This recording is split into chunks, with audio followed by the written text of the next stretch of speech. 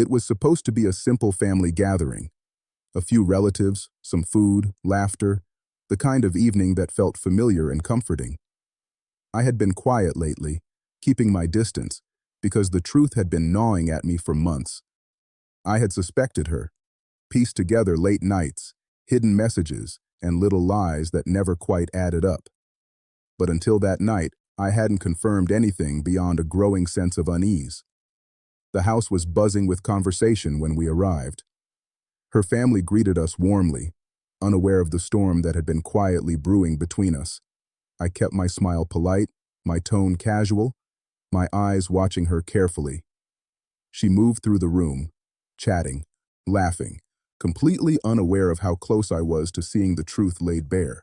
I had prepared myself for this evening. I hadn't told anyone about what I had found, her texts, the late-night rendezvous, the hidden calls. But I knew that tonight, if I chose, I could make her secret undeniable to everyone. As the night progressed, I let the conversation flow naturally, dropping hints here and there, probing her reactions. Subtle questions, casual comments, and casual mentions of people she had supposedly been seeing for work meetings or coffee catch-ups. She laughed, waved it off, confident that no one else would notice. Then came the moment.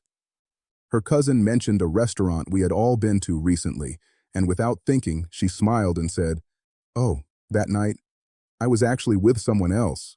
Work stuff." I felt the blood rush to my face, not with anger, but with the weight of confirmation. The room fell silent for a heartbeat, my heart pounding as I realized how perfect this moment was. Everyone's eyes turned toward her, confused. I waited a few seconds, letting the tension build, then spoke calmly, almost too quietly to hear at first. "You mean the night you told me you were stuck at the office? The night you told me we'd have dinner together?" Her laughter faltered, her eyes darting around the room. I didn't finish for her. I let the pause speak volumes. I wanted her family to see the truth, to see the woman they trusted, laughing, deceiving, hiding her betrayal behind excuses and charm. "I found out months ago," I said, my voice steady, the room hanging on every word. "About the meetings, the messages, the late nights. I even saw the texts, the photos. And now, apparently, everyone else is about to see the same truth." Shock rippled through the room. Her mother's face went pale, her father stiffened, and even her cousins exchanged uneasy glances. She opened her mouth to explain, to deny, to plead, but no words came. Not yet. I continued, my voice calm but firm, recounting specific details, the things she thought she had hidden. The trips she claimed were work conferences. The meetings with people she insisted were just friends. The texts that revealed the lie behind every carefully constructed story. Every revelation landed with precision, the weight of undeniable truth. By the time I finished, the room was quiet. The chatter had died down, the festive atmosphere replaced with tension and disbelief.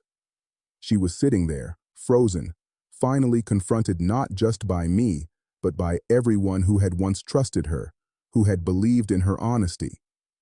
Her face crumpled, the confident smile she had worn for months replaced by shock and guilt. She tried to speak, to justify, but the room wasn't listening. I had made the choice to expose her, not in anger, but in clarity.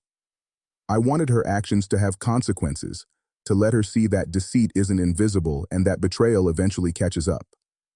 After that night, things changed irrevocably.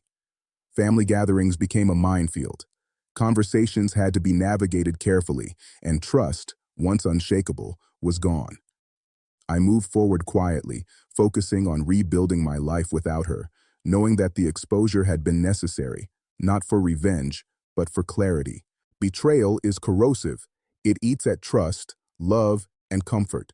But sometimes, confronting it openly, letting the truth be seen, allows you to reclaim a piece of yourself that has been lost in the shadows of lies. That night, at that family gathering, I didn't just expose her secret. I reclaimed my voice, my dignity, and my right to see the truth recognized. Years later, I think back to that moment with a strange mixture of pain and relief. Pain for the love and trust that was broken, relief that the lie was no longer a burden I carried alone. The exposure wasn't cruelty, it was clarity. And sometimes, clarity is the only way to survive betrayal.